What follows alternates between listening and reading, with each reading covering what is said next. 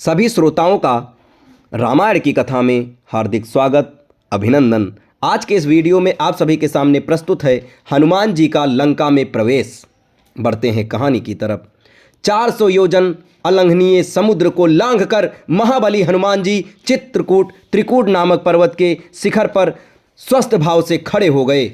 कपिश्रेष्ठ ने वहां सरल चीड़, कनेर, खिले हुए खजूर, प्रियाल, चिरौंजी, मुचुलिंद, जंबीरी, नींबू, कुटज, केतक, केवड़े, सुगंधपूर्ण प्रियंगु, पिपली, नीप, कदम्ब या अशोक, छितवन, असन, कोविदार तथा खिले हुए करवीर भी देखे। फूलों के भार से लदे हुए तथा मुकुलित अधखिले बहुत से वृक्ष भी उन्हें दृष्टिगोचर हुए, जिनकी डालियां झूम रही थीं और जिन पर नाना प्रकार के पक्षी कलरव कर रहे थे। हनुमान जी धीरे धीरे अद्भुत शोभा से संपन्न रावण पालित लंकापुरी के पास पहुंचे। उन्होंने देखा लंका के चारों ओर कमलों से सुशोभित जलपूरित खाई खुदी हुई है। वह महापुरी सोने की चहारदीवारी से घिरी हुई है। श्वेत रंग की ऊंची ऊंची सड़कें उस पुरी को सब ओर से घेरे हुए थीं। सैकड़ों गगनचुंबी अट्टालिकाएं ध्वजा पताका फहराती हुई उस नगरी की शोभा बढ़ा रही हैं।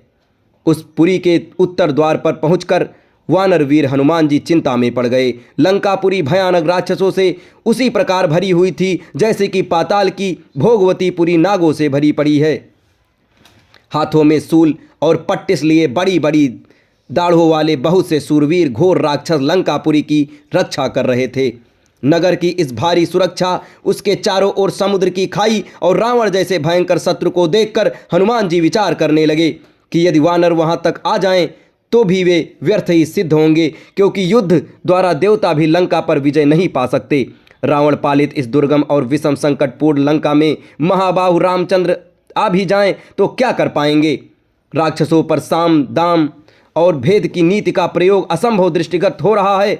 यहाँ तो केवल 4 वेगशाली वानरों अर्थात बालीपुत्र अंगद, नील, मेरी और बुद्धिमान राजा सुग्रीव की ही पहुँच हो सकती है। अच्छा, पहले ये तो पता लगाऊं कि विदेह कुमारी सीता जीवित भी हैं या नहीं। जनक किशोरी का दर्शन करने के पश्चात मैं इस विषय में कोई और विचार करूंगा। उन्होंने सोचा कि मैं इस रूप से राक्षसों की इस नगरी में प्रवेश नहीं कर सकता, क्योंकि बहुत से क्रूर और बलवान राक्षस इसकी रक्षा कर रहे हैं। जानकी की खोज करते समय मुझे स्वयं को इन महातेजस्वी, महापराक्रमी और बलवान राक्षसों से गुप्त रहना होगा। अतः मुझे रात्रि के समय ही नगर में प्रवेश करना चाहिए और सीता का अन्वेषण का ये समयोजित कार्य करने के लिए ऐसे रूप का आश्रय लेना चाहिए जो आंख से देखा ना जा सके। मात्र कार्य से ही ये अनुमान हो कि कोई आया था। देवताओं और असुरों के लिए भी दुर्जय लंकापुरी को देखकर हनुमान जी बारंबार लंबी सांस खींचते हुए विचार करने लगे कि किस उपाय से काम लूं जिसमें दुरात्मा राक्षस राज रावण की दृष्टि से ओझल रहकर मैं मिथिलेश नंदिनी जनक किशोरी सीता का दर्शन प्राप्त कर सकूं।